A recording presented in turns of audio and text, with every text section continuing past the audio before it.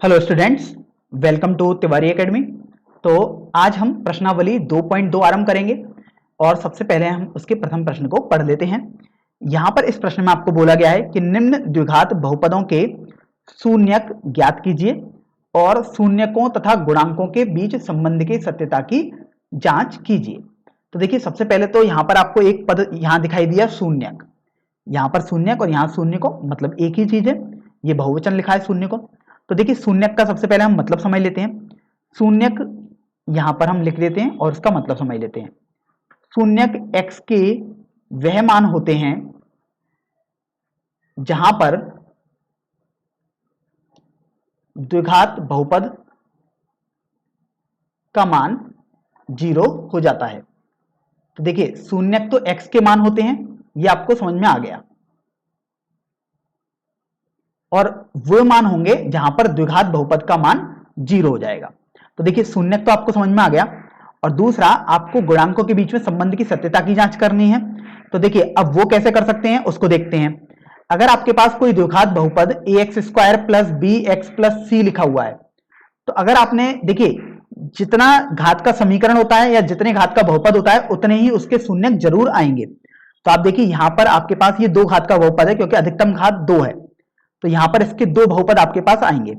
मान लीजिएगा आपने बोला कि इसके 2 बहुपद इसके 2 शून्यक जो आएंगे वो अल्फा और बीटा आ गए।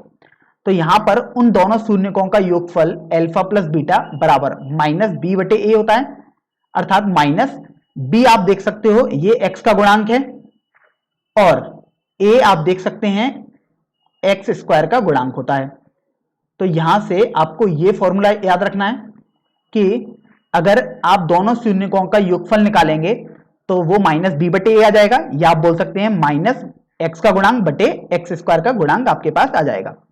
इसी तरीके से अगर दोनों शून्यकों का आप गुणनफल निकालेंगे अर्थात अल्फा गुणा बीटा निकालेंगे तो ये आपके पास c/a आता है, जहां c आप बोल सकते हैं अचर पद और a आपके पास होता है x² का गुणांक। तो ये आपके पास बेसिकली संबंध होता है किसी द्विघात बहुपद के शून्यकों और उनके गुणांकों में। तो देखिए, आपको इस प्रश्न में तो बोला गया था आपको हर भाग में जो बहुपद दिया है उसके शून्यक निकालने हैं और इस सत्यता की जांच करनी है। तो सबसे पहले हम शून्यक निकालते हैं। तो देखिए, x² - 2x - 8 आपको दिया हुआ है। अब x के मान निकालने हैं, जहां पर ये 0 आ जाए तो आपने इसको 0 कर दिया। अब ये बेसिकली आपके पास द्विघात समीकरण बन चुका है।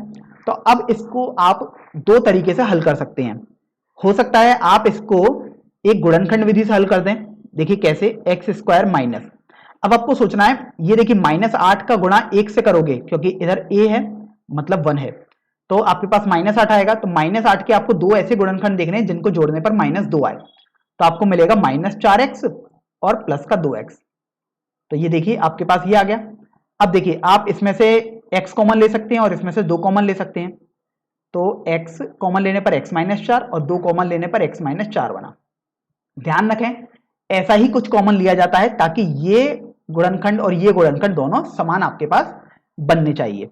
तो देखिए, यहां से आप इसको लिख सकते हैं x + 2 एक कोष्टक में और x - 4 एक कोष्टक में, क्योंकि x - 4 तो कॉमन आ रहा है। जैसे ही आप कॉमन लोगे तो एक कोष्टक आपके पास x + 2 बन जाएगा। अब चूंकि आप देखो ये तो बराबर 0 आ गया, इसका मतलब x बराबर आपके पास -2 आ जाएगा। और आप इसको ऐसे समझिए कि यहां पर सबसे पहले आपके पास x + 2 बराबर 0 आ जाएगा एक, और आपके पास x - 4 बराबर 0 आ जाएगा। तो यहां से आप देख सकते हैं कि x बराबर -2 और यहां से आप देखो x बराबर 4 आ जाएगा। तो यही -2 और 4x के ऐसे मान हैं जहां पर इस द्विघात बहुपद का मान 0 हो जाएगा, अर्थात इसके जो शून्यक आएंगे इस बहुपद के वो -2 तथा 4 हो जाएंगे। तो ये देखिए, ये तो आपके पास मेथड 1 रहा शून्यक निकालने का। दूसरा मेथड समझ लेते हैं कि शून्यक कैसे निकाले जाएंगे। तो देखिए, दूसरे मेथड में हम द्विघात समीकरण को हल करने की विधि का यूज करेंगे। तो ये देखिए, यहां पर यदि आपके पास कोई भी द्विघात समीकरण ax² plus bx plus c बराबर 0 है तो उसके x के मान ऐसे चाहिए हमें जहां पर ये वाला समीकरण 0 आ जाए। तो देखिए, सीधाचार्य विधि एक होती है जो होती है x बराबर -b plus minus under root में बी स्क्वायर माइनस 4ac बटे 2a के बराबर। तो अभी आप ये देखो कि यहां से आपके पास प्रश्न तो x square minus 2x minus 8 है। अब यहां से आप देखो कि अगर आप इसको तुलना करोगे इससे तो आपको मिलेगा a बराबर 1, b बराबर -2 और c बराबर -8 मिल जाएगा। तो अब चूंकि आपको तो x के मान निकालने हैं, जहां पर ये 0 आ जाए अर्थात ये समीकरण संतुष्ट हो जाए, तो देखिए x बराबर माइनस b की वैल्यू आप देख सकते हो -2 है, तो आपने -2 लगा दी, प्लस माइनस अंडर रूट में b स्क्वायर अर्थात -2 का स्क्वायर माइनस 4 गुणा a का मान देखिए 1 है और c का मान आप देखिए -8 है, तो आपने वैल्यू लगा दी, बटे 2a है अर्थात 2 गुणा a का मान आपके पास 1 आ चुका है। तो अभी आप देखिए इसको हल करेंगे तो आपके पास आ जाएगा x बराबर, ये देखिए माइनस और माइनस प्लस हो जाएगा, प्लस माइनस आपने लिख ही दिया अंडर रूट में। अब देखो ये -2 का स्क्वायर 4 आ गया, -8 और -4 ये प्लस का 32 आपके पास आ जाएगा, बटे 2 आ गया। तो यहां से आप देखो x का मान आपके पास आ जाएगा 2 + -6 बटे 2, और एक बार आप प्लस चिन्ह ले लोगे और एक बार माइनस चिन्ह ले लोगे। तो देखिए एक बार प्लस चिन्ह यदि लोगे तो 2 + 6 बटे 2 आ जाएगा, और एक बार माइनस चिन्ह लोगे तो 2 - 6 बटे 2 आपके पास आ जाएगा। अब देखिए आप इसको यदि हल करोगे तो x बराबर 2 + 6 8 बटे 2 अर्थात 4 आ जाएगा, और यहां से आप देखिए x बराबर 2 - 6 अर्थात -4 बटे 2 -2 आ जाएगा। तो आपने देखा कि एक शून्यक 4 आ रहा है और एक -2 आ रहा है। यहां पर भी हमने जो पहले मेथड से निकाले थे शून्यक -2 और 4 ही आपके पास आ रहे थे। तो इस तरीके से आपके पास शून्यक निकालने के दो तरीके होते हैं, आप किसी भी तरीके का यूज कर सकते हैं। अब चूंकि आपने शून्यक निकाल लिए, अब आपको इनके गुणांकों और शून्यकों के बीच संबंध की सत्यता की जांच करनी है। तो देखिए आपने देखा था कि आपके पास जो बहुपद था वो था x square minus 2x minus 8, तो मैं यहां पर बहुपद था ही आपके पास। अब यहां से आप देखो यदि इन शून्यकों का आप योगफल निकालिए, शून्यकों का योगफल, तो शून्यक जो आपके पास 4 और -2 आए हैं तो इनका योगफल आप करोगे 4 + -2 आपके पास 2 आ जाएगा। अब आप फॉर्मूले से देखिए, आप देख सकते हैं हमने फॉर्मूला यहां पर देखा था कि -x का गुणांक बटे x स्क्वायर का गुणांक होता है। तो देखिए माइनस b बटे a से अगर हम निकालें तो माइनस x का गुणांक आप देख सकते हो -2 है और x स्क्वायर का गुणांक a अर्थात 1 आपके पास आ जाएगा, तो देखिए 2 आ जाएगा। तो आपने देखा शून्यकों का योगफल सत्य हो चुका है अर्थात इसकी सत्यता की जांच हो चुकी है। अब हम शून्यकों के गुणनफल की जांच करते हैं। तो देखिए शून्यकों के गुणनफल, शून्यकों का गुणनफल अर्थात जो 4 और -2 आए थे उनका गुणनफल आप करोगे तो आपके पास -8 आ गया। हाँ, यदि आप अब इसको फॉर्मूले से करोगे तो c बटे a आ जाएगा। तो देखिए c का मान आपके पास हो गया, यहां से आप देख सकते हो -8 अर्थात अचर पद बटे a का मान 1 अर्थात -8 हो जाएगा। तो इस तरीके से आपने देखा कि यहां पर इस प्रश्न में आपने दोनों शून्यकों का योगफल और गुणनफल की सत्यता की जांच भी कर ली है।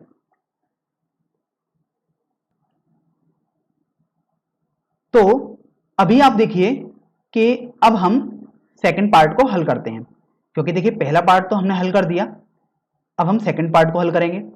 तो यहां पर मैं इसका थोड़ा भाग कर देता हूं। तो देखिए सेकंड पार्ट में आपको दिया हुआ है 4s square minus 4s plus 1। अब यहां पर आप देख रहे हो कि यहां पर जो चर है वो x ना होकर s दिया गया है, तो देखिए आप इसको 0 के बराबर कर दोगे। अब फिर बात आएगी शून्यकों को निकालने के लिए, तो मैंने आपको दो तरीके बताए हैं।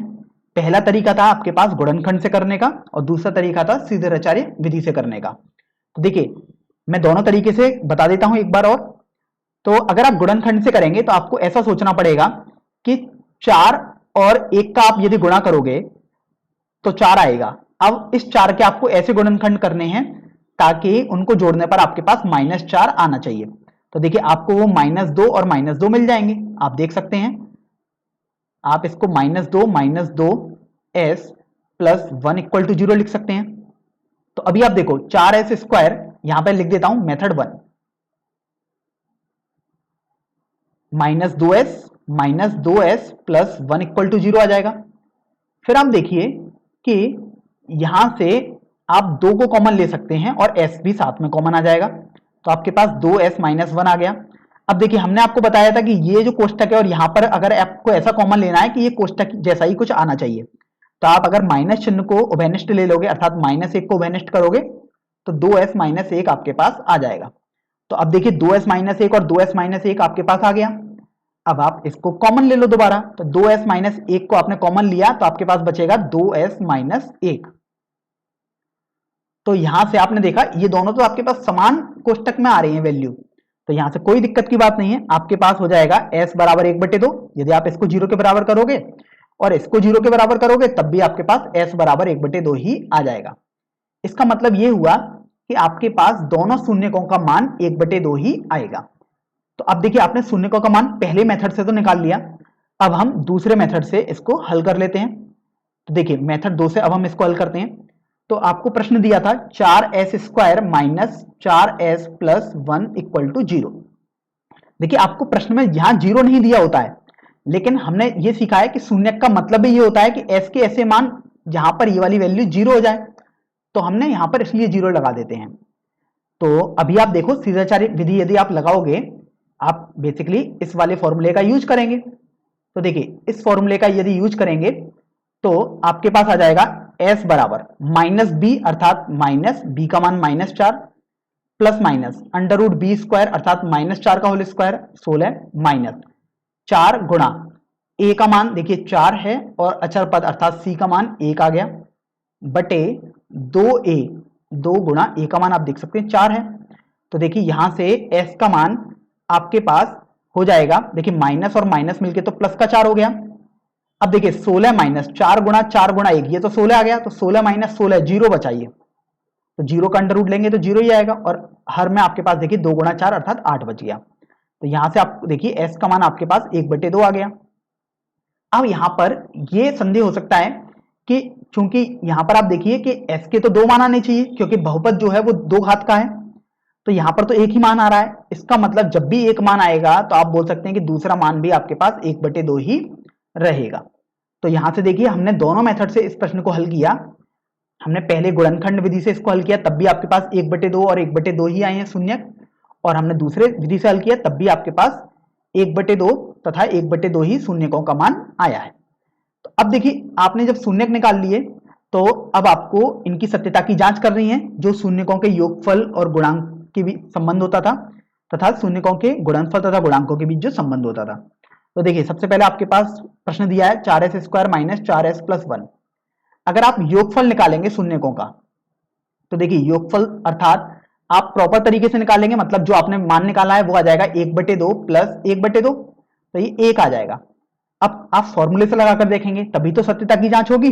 तो फॉर्मूले से योगफल होता था -b/a अर्थात माइनस, यहां पर देखो s का गुणांक हो जाएगा तो -4 बटे a अर्थात s² का गुणांक, तो ये 4 आ जाएगा। तो 4/4 आपके पास 1 आ जाएगा। तो आपने देखा योगफल तो सत्यापित हो रहा है। अब हम गुणनफल की बात करते हैं। तो देखिए गुणनफल, अगर आप शून्यकों का गुणनफल करोगे तो आपके पास 1/2 गुणा 1/2 आएगा, तो ये 1/4 आ गया। ये तो आपने अपने तरीके से निकाला क्योंकि आपने शून्य के मान निकाल लिए थे। अब ये आप फॉर्मूले से करेंगे तो फॉर्मूला था गुणनफल का c/a आना चाहिए। तो आप देखिए c मतलब अचर पद, तो देखिए 1/a अर्थात s² का गुणांक, तो 1/4। तो आपने देखा कि गुणनफल भी आपके पास सत्यापित हो रहा है इस फॉर्मूले से। तो इस तरीके से आपने योगफल और गुणनफल का गुणांकों के बीच संबंध भी सत्यापित कर दिया है। अब देखिए तीसरे भाग में आपको जो बहुपद दिया है वो है 6x² - 3 - 7x। तो सबसे बेहतर तरीका आपके पास सबसे ये रहेगा कि आप इसको एक क्रम में लिखें, अर्थात सबसे पहले आप x² का पद लिखेंगे, फिर आप x का पद लिखें, तो देखिए -7x आ गया, -3 आ जाएगा।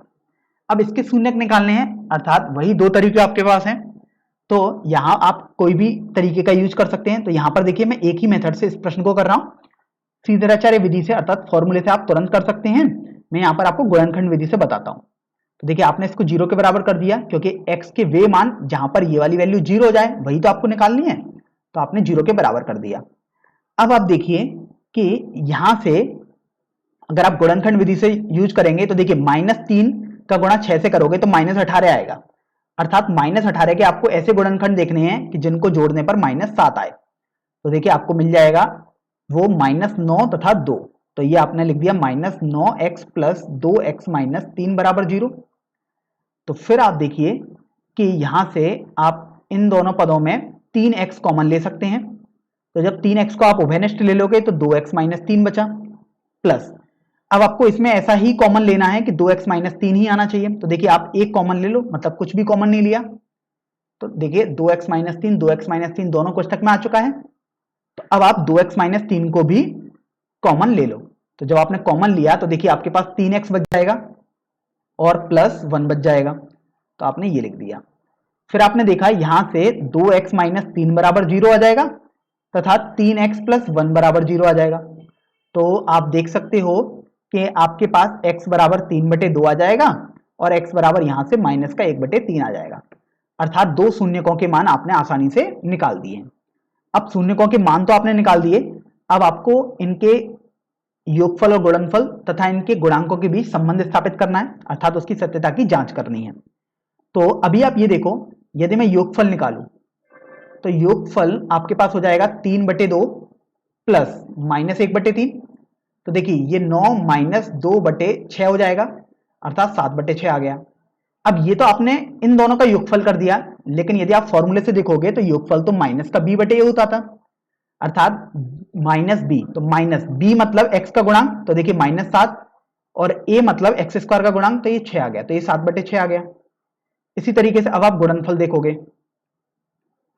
तो ये आपके पास आ गया 3/2 गुणा -1/3। देखो 3 से 3 कैंसिल, तो ये -1/2 आपके पास बच गया। ये तो आपने अपने तरीके से निकाल लिया। अब आप c/a अर्थात फॉर्मूले से देखोगे तो देखिए c अर्थात अचर पद -3/a अर्थात 6, तो ये -1/2 आ जाएगा। तो आपने देखा गुणनफल भी आपने सत्यापित कर दिया और योगफल भी आपने सत्यापित कर दिया है। चलिए अब हम चौथे भाग पर बढ़ लेते हैं। इसमें आपको दिया हुआ है 4u² + 8u। तो देखिए सबसे पहले तो 4u² + 8u। अब आप देखिए कि इसमें अचर पद तो दिया ही नहीं है, तो आप अपनी तरफ से तुरंत लिख लें, 0 आप लिख सकते हैं। अब इसको भी आप दो तरीके से हल कर सकते हैं। तो देखिए सबसे पहले तो आप गुणनखंड विधि से हम इसको हल कर लेते हैं। तो मेथड 1 में आप देखिए ये 0 भले ही हमने लिख तो दिया है, लेकिन इसका कोई यूज तो है ही नहीं, ये तो ऐसे ही रहेगा। तो देखिए इनमें से हम u को कॉमन ले सकते हैं और 4 को भी कॉमन ले सकते हैं। तो आपके पास u + 2 आ जाएगा बराबर 0 आ गया। अब यहां से आप देखो कि आपके पास 4u = 0 आ गया और u + 2 = 0 आपके पास आ जाएगा। और आप देखिए यहां से u = 0 आ जाएगा और u = -2 आ जाएगा। तो आपने देखा कि शून्यक जो होंगे अर्थात u के ऐसे मान जहां पर ये वाला बहुपद 0 बन जाए वो मान होंगे 0 और -2। ये आपने एक मेथड से निकाल लिया। अब हम दूसरे मेथड से इसको हल कर लेते हैं, अर्थात सीधाचार्य विधि से। तो देखिए u का मान फॉर्मूले में लगाएंगे -b अर्थात 8 प्लस माइनस √b² अर्थात 8 का स्क्वायर 64 माइनस 4 गुणा a मतलब 4 गुणा c अर्थात अचर पद, तो ये देखो ये तो 0 है, बटे 2a अर्थात 2 गुणा 4 आपके पास आ गया। तो देखो u बराबर -8 प्लस माइनस, अब ये तो आपके पास 0 बन गया और ये देखो आपके पास 64 है, इसका अंडर रूट लेंगे तो 8 आएगा, बटे 8 आ गया। अब देखिए एक बार आप प्लस चिन्ह लोगे तो आपके पास आ जाएगा -8 प्लस 8/8, और एक बार आप माइनस चिन्ह लोगे तो -8 बटे 8 आ जाएगा। तो देखो ये तो कैंसिल हो गया, तो आपके पास u बराबर 0 आया और यहां से आप देखिए u बराबर आपके पास -2 आ जाएगा। तो आपने यहां से भी देख लिया कि दोनों तरीके से हम निकाल रहे हैं मान, तो समान मान ही आपके पास आ रहे हैं।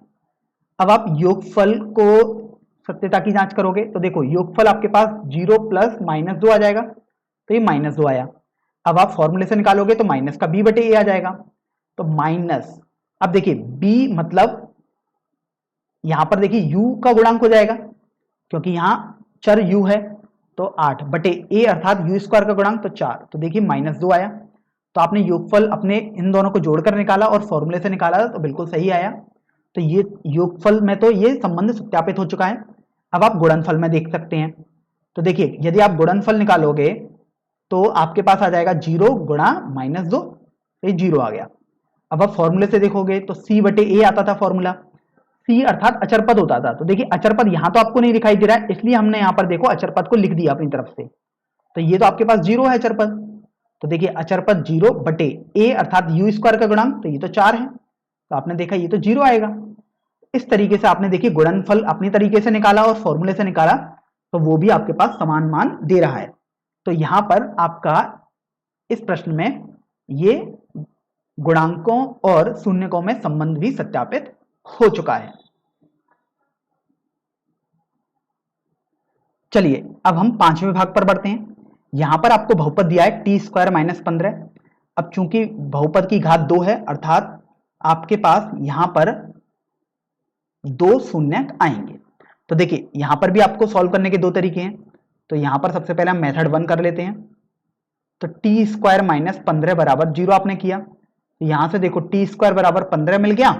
तो टी बराबर, अब चूंकि स्क्वायर है तो इधर जाके प्लस माइनस और 15 पर अंडर रूट आ जाएगा। तो यहां से आप देखिए टी के मान 2 आपको मिल चुके हैं। एक मान तो है आपके पास अंडर रूट 15, और आप देख सकते हो एक जो मान आएगा टी का वो आ जाएगा माइनस का अंडर रूट 15। तो यहां पर 2 शून्यक आपके पास आ गए जिनके मान है अंडर रूट 15 तथा माइनस का अंडर रूट 15। अब आप मेथड 2 पर आते हो कि मेथड 2 से अब हम कैसे मान निकाल सकते हैं। तो मेथड 2 अर्थात सीधराचार्य विधि का आप यूज करेंगे। तो देखिए टी स्क्वायर माइनस, अब यहां पर आपने देखा टी का तो कोई पद ही नहीं है, तो मैं यहां पर 0 गुणा टी लिख देता हूं। आप माइनस लिखें चाहे प्लस लिखें, यहां पर कुछ भी लिख सकते हैं, कोई भी दिक्कत नहीं है। और माइनस 15 आपने लिख दिया। अब आप देखिए यहां पर सीधाचार्य विधि यूज करेंगे।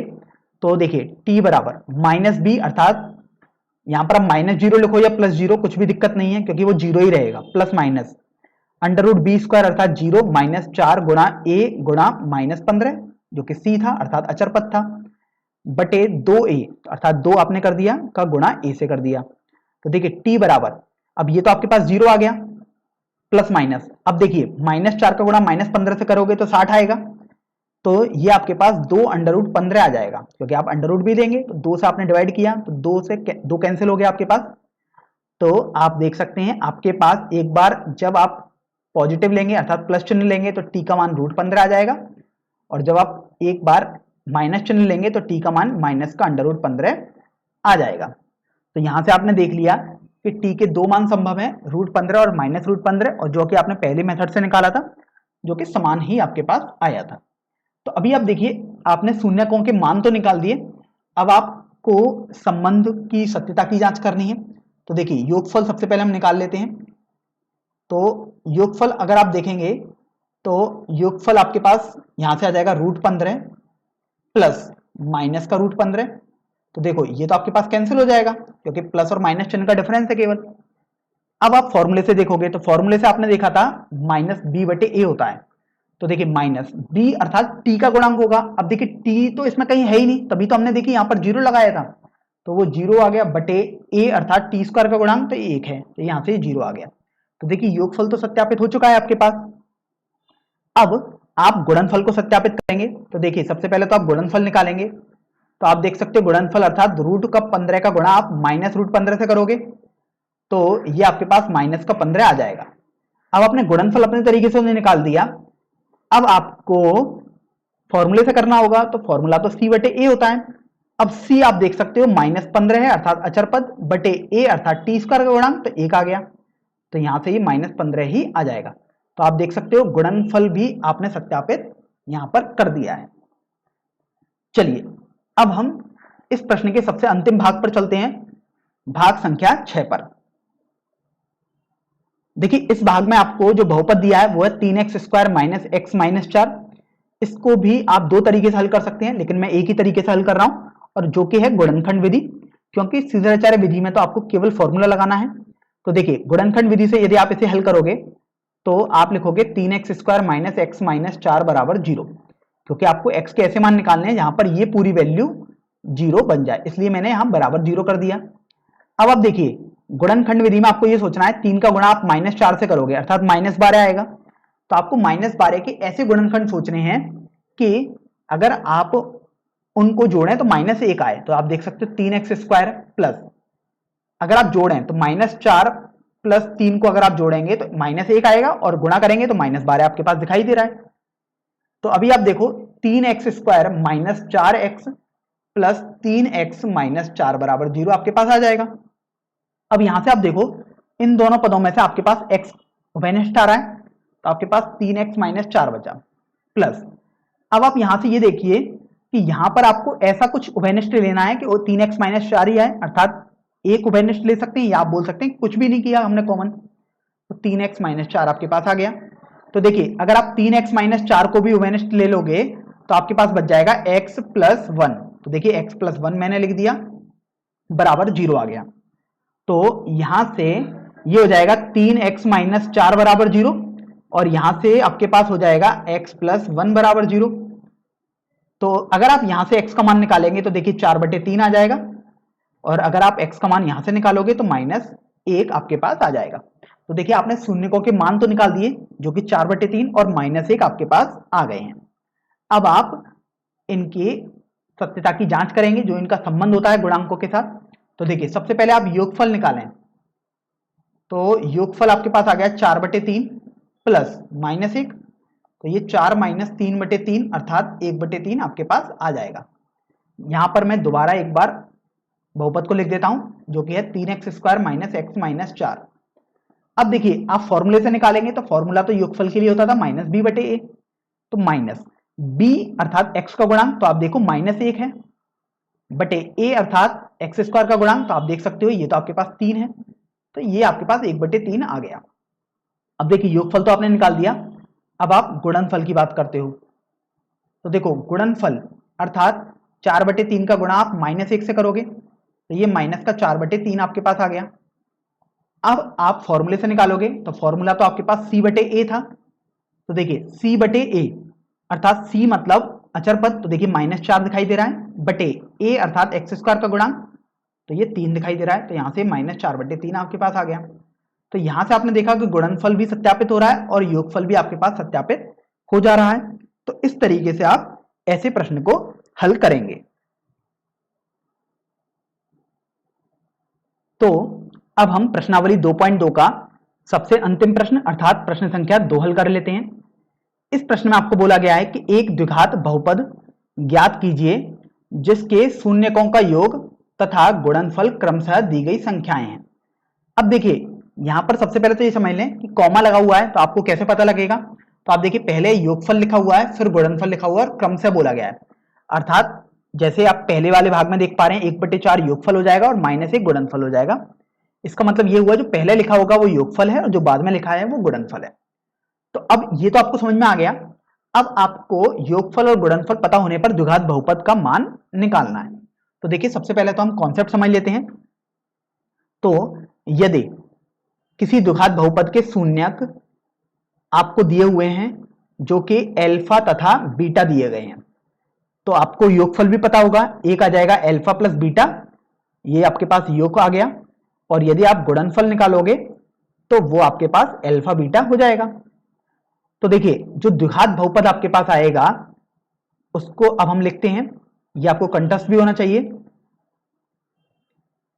द्विघात बहुपद जो आएगा वो हो जाएगा x² माइनस दोनों शून्यकों का योगफल अर्थात अल्फा प्लस बीटा गुणा x प्लस दोनों शून्यकों का गुणनफल अर्थात अल्फा बीटा।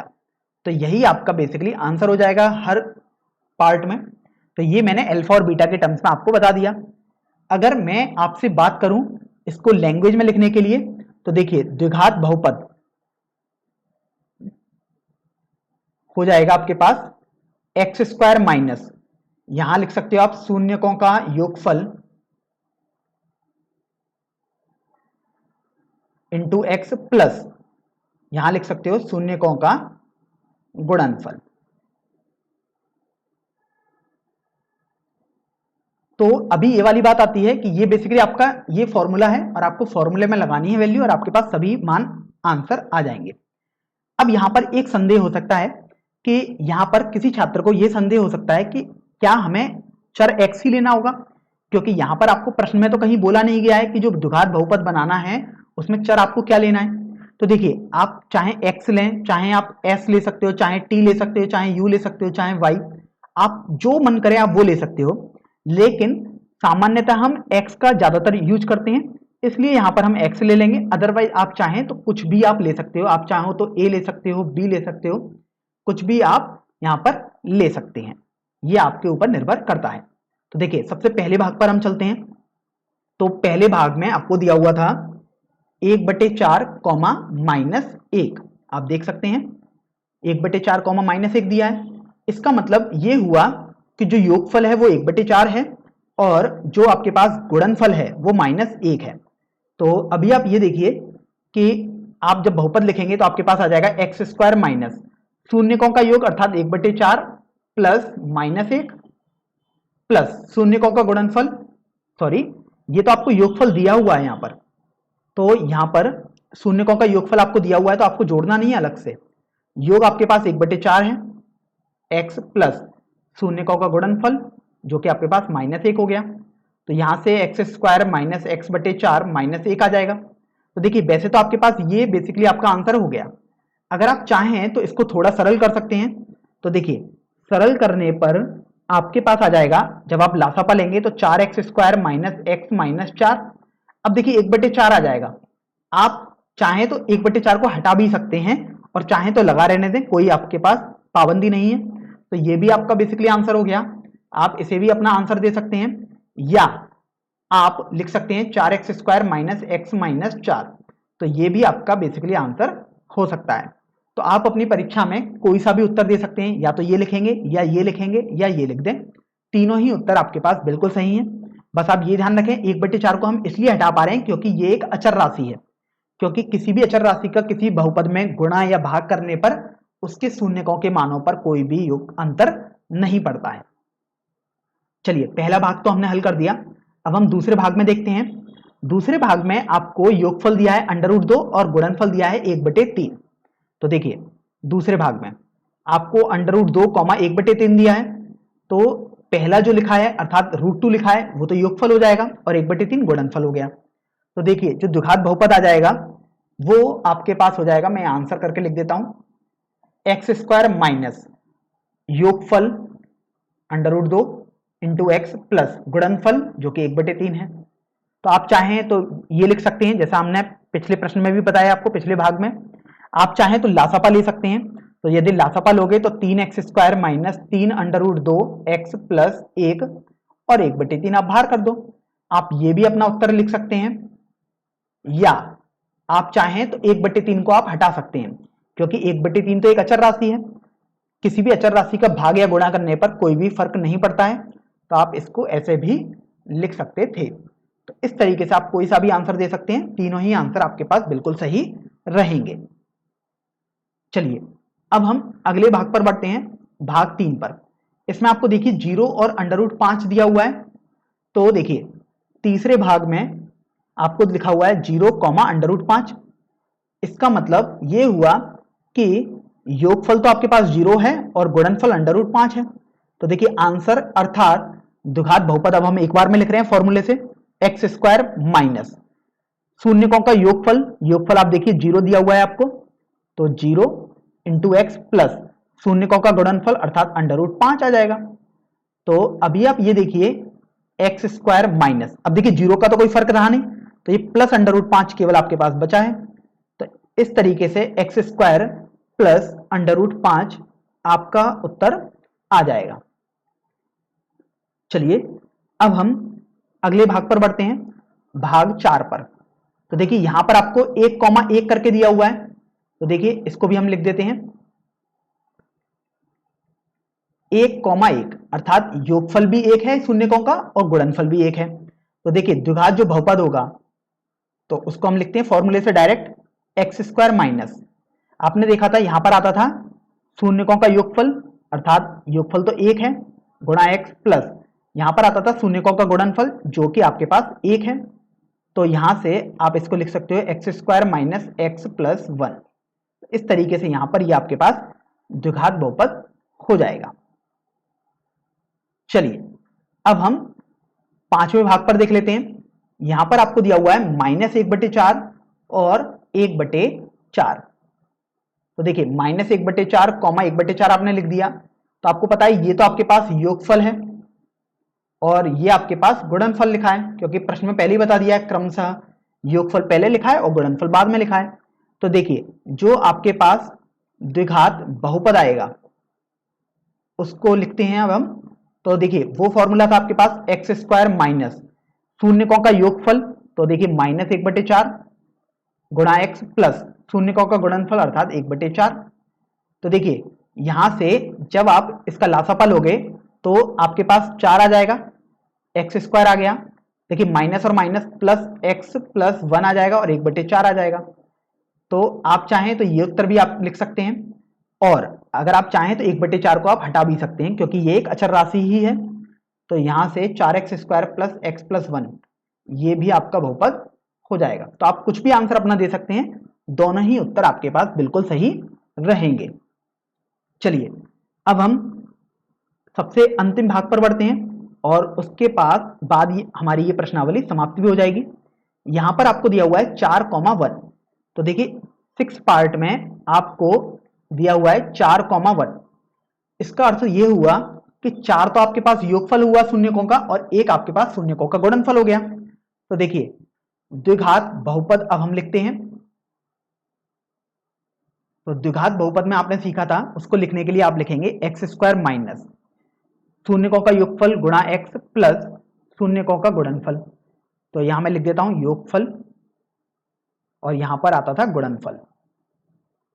तो अभी आप देखिए जब आप मान लगा देंगे तो देखिए योगफल तो आपके पास 4 है और गुणनफल 1 है, तो आप मान लगाएंगे यहां पर, तो आपके पास आ जाएगा बहुपद x square minus 4x plus 1। तो इस तरीके से ये आपके पास द्विघात बहुपद आ जाएगा।